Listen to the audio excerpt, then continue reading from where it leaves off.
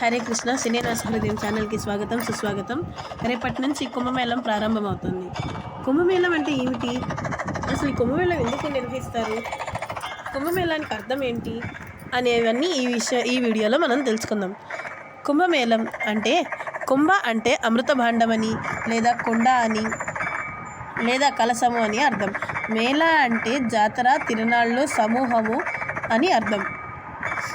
ఇలా చాలా అర్థాలు ఉన్నాయి.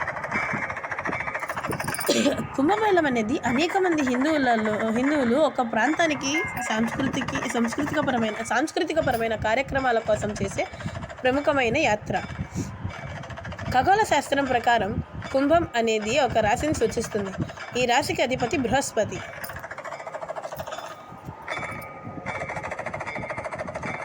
సూర్యుడు బృహస్పతి సంచారం ఆధారంగా కుంభమేళాన్ని నిర్వహిస్తారు. కుంభమేళంలో 2 రకాలు ఉన్నాయి. మొదటిది అర్ధ కుంభమేళం, రెండవది మహాకుంభమేళం. అర్ధ కుంభమేళాన్ని 6 ఏళ్లకు ఒకసారి చేస్తారు. మహాకుంభమేళాన్ని 12 ఏళ్లకు ఒకసారి చేస్తారు.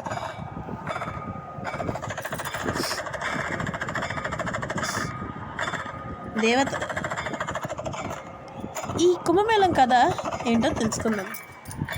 దేవతలు, దానవులు క్షీరసాగర మదనం చేసిన తర్వాత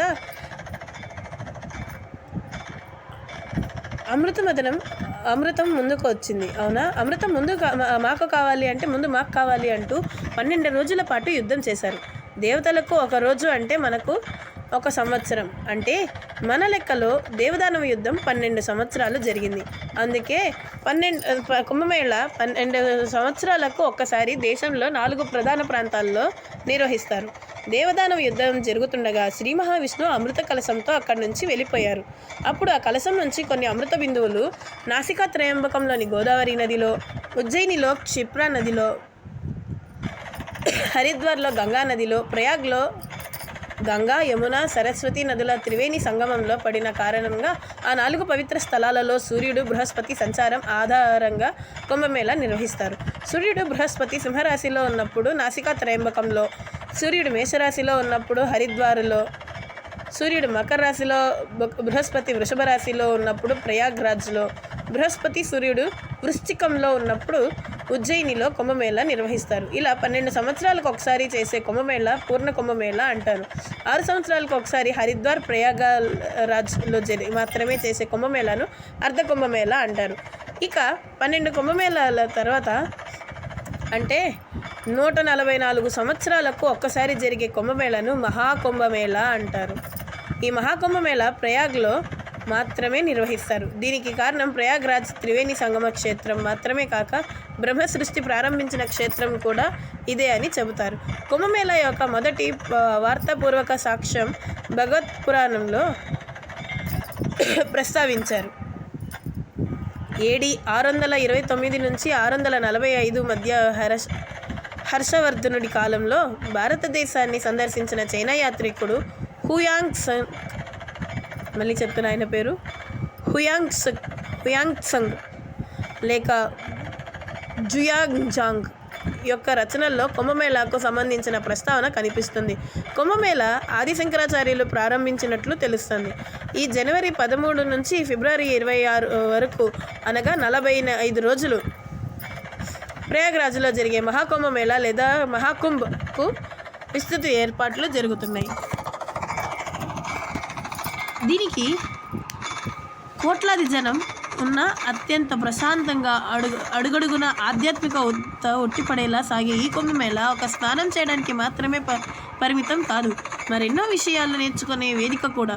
సామాన్యులతో పాటుగా అపర శివ వైష్ణవ భక్తులైన అఘోరాలు, సాధువులు, ఆధ్యాత్మికవేత్తలు, పండితులు ఇలా దేశవ్యాప్తంగా ఎంతోమంది హాజరయ్యి వీళ్ళంతా ఇక్కడకు వచ్చి తమకు తెలిసిన విషయాలను కథలుగా భజనల రూపంలో తెలియజేస్తారు. సాంస్కృతిక కార్యక్రమాలు ఆకట్టుకుంటాయి. ఆయా ప్రాంతాల్లోని ప్రముఖ ఆలయాలను దర్శించుకోవచ్చు.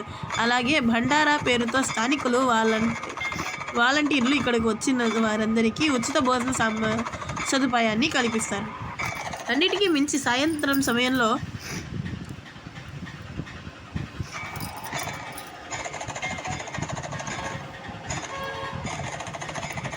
అర్చకులు త్రివేణి సంగమంలో ఉండే ఘాట్లలో నదీమాతలికి అంటే త్రివేణి సంగమానికి ఇచ్చే హారతుల్ని చూసేందుకు 2 కళ్ళు చాలవు.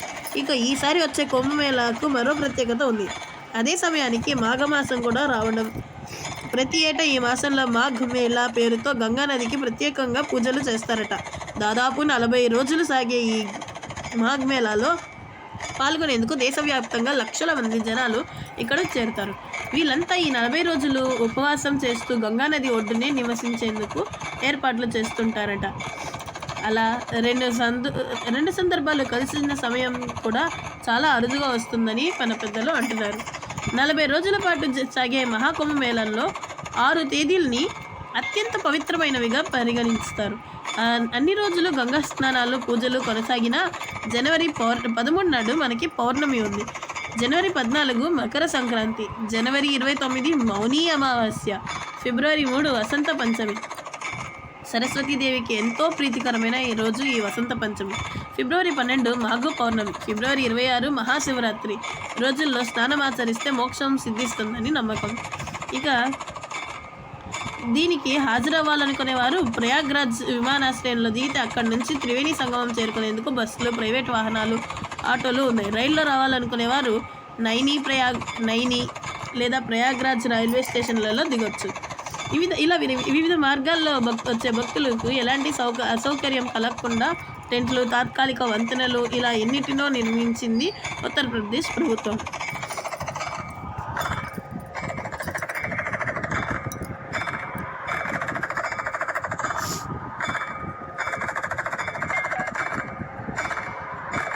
ఈ వేడుక పరమార్థం గంగా, యమున, సరస్వతి నదుల సమ్మిళితమైన త్రివేణి సంగమంలో స్నానమాచరించడమే. గంగమ్మ తల్లిని మనసారా పూజించి జన్మ ధన్యం చేసుకోవడమే. పుణ్యక్షేత్రాలకు వెళ్ళినప్పుడు అక్కడ ఉన్న నదుల్లో స్నానాలు చేయడం మామూలే కదా. అలాంటిది మహాకుంభమేళా పేరుతో త్రివేణి సంగమం స్నానానికి ఎంత ప్రాశస్త్యం ఉంది. కోట్లాది సంఖ్యలో జనాలు రావడం, స్నానాలు ఆచరించడం అనేది ఇక్కడ విశేషత. మరిన్ని వివరాల కోసం మా ఛానల్ని సబ్స్క్రైబ్ చేయండి. స్టే ట్యూన్డ్ టు శ్రీనివాస హృదయం. శ్రీమాత్రే నమః.